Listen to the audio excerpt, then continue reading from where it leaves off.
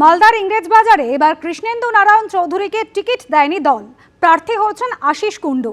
দেওয়াল লিখন এবং প্রচার সারলেন শাসক দলের প্রার্থী।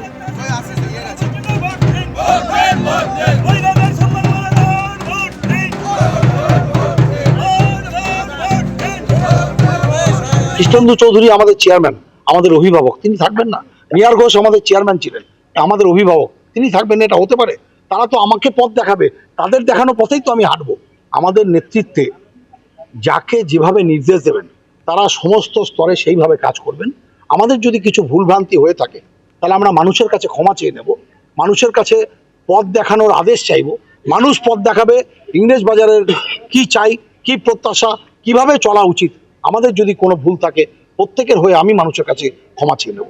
সরাসরি শোনাবো ভবানীপুরে প্রচারে এসে বিরোধী দলনেতা কি বলছেন।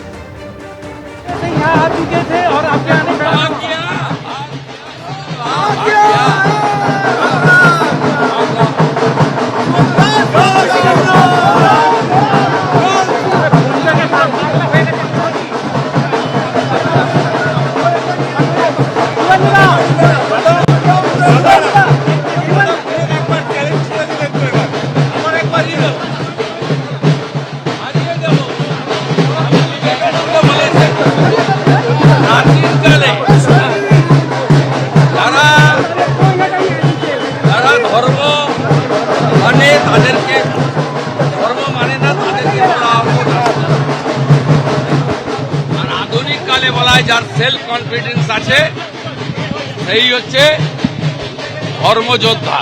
আমার সেলফ কনফিডেন্স আছে, আমি স্বামীজির মন্ত্র নিয়ে চরৈবতী চরৈবতী বলে মমতা ব্যানার্জিকে এখানে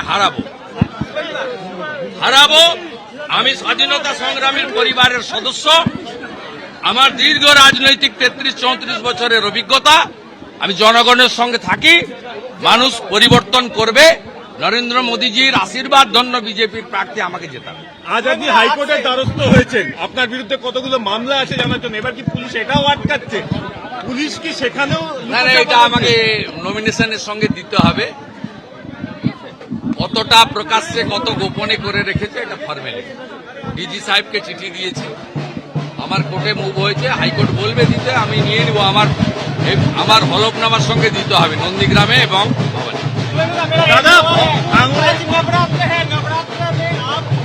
आज बांग्ला नववर्ष, आज हिंदू नववर्ष है, आज हिंदू नववर्ष है, इसलिए मैं आज शुरू किया है। मैं भारतीय हूँ, मैं हिंदू। ভাঙড়ে একজনের মৃত্যু হয়েছে বোমা বিস্ফোরণে, ভোট শুরু হতেই বোমা বিস্ফোরণ। কম্পিটেন্ট ডিজি এডিজি এলো আছে, তারা দেখে নেবে, আমাদের বিশ্বাস তারা দেখে নেবে। শুভেন্দু অধিকারী তিনি এসে পৌঁছলেন ভবানীপুরের বিধানসভা যে কেন্দ্রের বিজেপি অফিস রয়েছে সেখানে বরণ করে ঢোকানো হচ্ছে বিজেপি প্রার্থী শুভেন্দু অধিকারীকে। রাজ্যের বিরোধী দলনেতা ভবানীপুরে তিনি প্রার্থী হয়েছেন।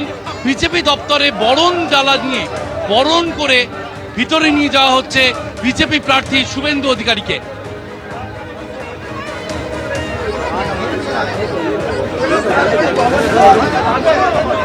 একদিকে আপনারা দেখছেন যে ভবানীপুরে শুভেন্দু অধিকারী তিনি বিজেপির অফিসে এসে পৌঁছলেন, তাকে একেবারে বরণ করে অফিসে নিয়ে যাওয়া হচ্ছে। আর অন্যদিকে এই বিজেপি অফিসেরই উল্টো দিকে যেখানে তৃণমূল কংগ্রেসের দেওয়াল লিখনের কাজ ইতিমধ্যেই শুরু হয়ে গিয়েছে।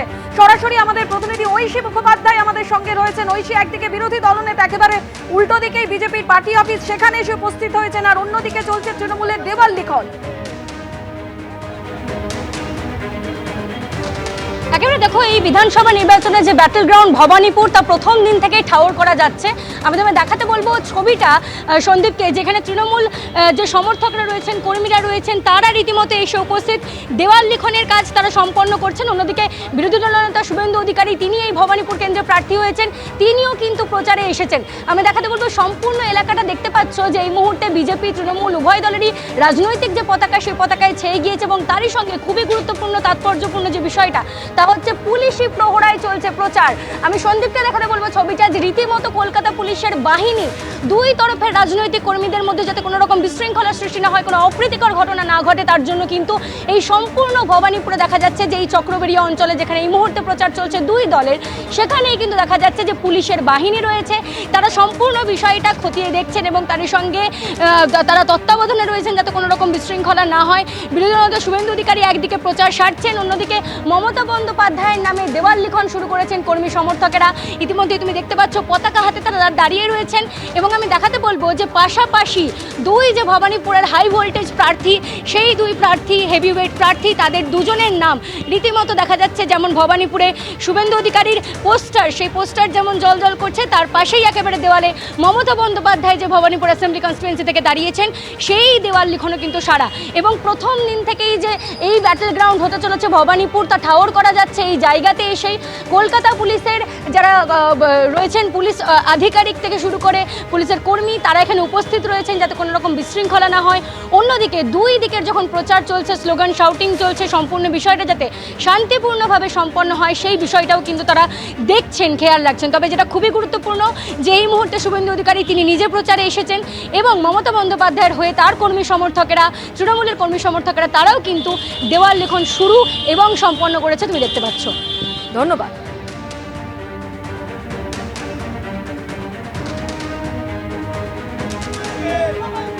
লোকভবনে নতুন মুখ্য সচিব, স্বরাষ্ট্র সচিব, কলকাতার নতুন সিপি ডিজিপি সিদ্ধিনাথ গুপ্তা।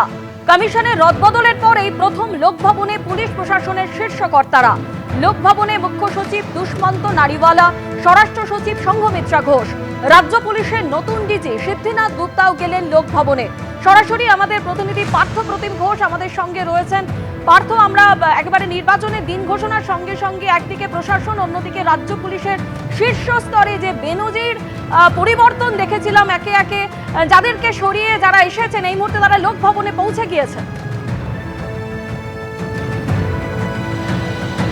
কিছুক্ষণ আগেই তারা লোকভবনে পৌঁছে গিয়েছেন এবং তোমাকে বলে রাখি যে 12টা থেকে আজকে রাজ্যপালের সঙ্গে তাদের একটা আলোচনা বা বৈঠক হবে। যে বিষয় মনে করা হচ্ছে সৌজন্য সাক্ষাৎ, কিন্তু এর প্রাক্কালে একবার তুমি জানো যে সামনে ঈদ এবং রামনবমী রয়েছে ইলেকশনের আগে, সেই সমস্ত বিষয়ও কিন্তু আলোচনাময় থাকতে পারে বলেও জানতে পারছি। আজকে পৌনে 12টা থেকে এক এক করে তারা আসতে শুরু করেন। একেবারে আমরা দেখলাম chief secretary, home secretary Dushyant Nariwala, অন্যদিকে হোম সেক্রেটারি সংঘমিত্রা ঘোষ, তার পরবর্তীকালে কলকাতার পুলিশ কমিশনার অজয় নান তিনি এসে পৌঁছান। এর পরবর্তীকালে কিন্তু রাজ্য পুলিশের ডিজিপি সিদ্ধিনাথ গুপ্তা, এছাড়া হচ্ছে ADG law and order Ajay Mukund, তারা কিন্তু অজয় নাডে তিনি কিন্তু এসে পৌঁছান এবং লোকভবনে এখন প্রত্যেকেই রয়েছে। দুপুর 12টা থেকে এডিজি ল অ্যান্ড অর্ডার, রাজ্য পুলিশের ডিজিপি, কলকাতার পুলিশ কমিশনার, এছাড়া চিফ সেক্রেটারি এবং হোম সেক্রেটারির সঙ্গে রাজ্যপাল RN রবি তিনি কিন্তু একটা বৈঠক করছেন এবং সেক্ষেত্রে যেটা মনে করা হচ্ছে এরা প্রত্যেকেই যেহেতু নতুন দায়িত্ব নিয়েছে, দায়িত্ব নেওয়ার পর রাজভবনে এসে রাজ্যপালের সঙ্গে এটা সাক্ষাৎ করছেন, সৌজন্য সাক্ষাৎ বলেই জানা যাচ্ছে সূত্র মারফত। অন্যদিকে কিন্তু একেবারেই সামনে ঈদ রয়েছে এবং রামনবমী রয়েছে এবং ইলেকশন রয়েছে, সেই সমস্ত বিষয়ও কিন্তু একেবারে আইন শৃঙ্খলা সম্পর্কিত বিষয়ও কিন্তু এই আলোচনায় তাদের আলোচনায় থাকতে পারে বলে আমরা লোকভবন সূত্রে জানতে পারছি। দুপুর 12টা থেকে রাজ্যপালের সঙ্গে কিন্তু প্রত্যেকেরই একটা দেখা করে এবং যে আলোচনা বৈঠক সেটা শুরু হয়েছে। ধন্যবাদ পার্থ।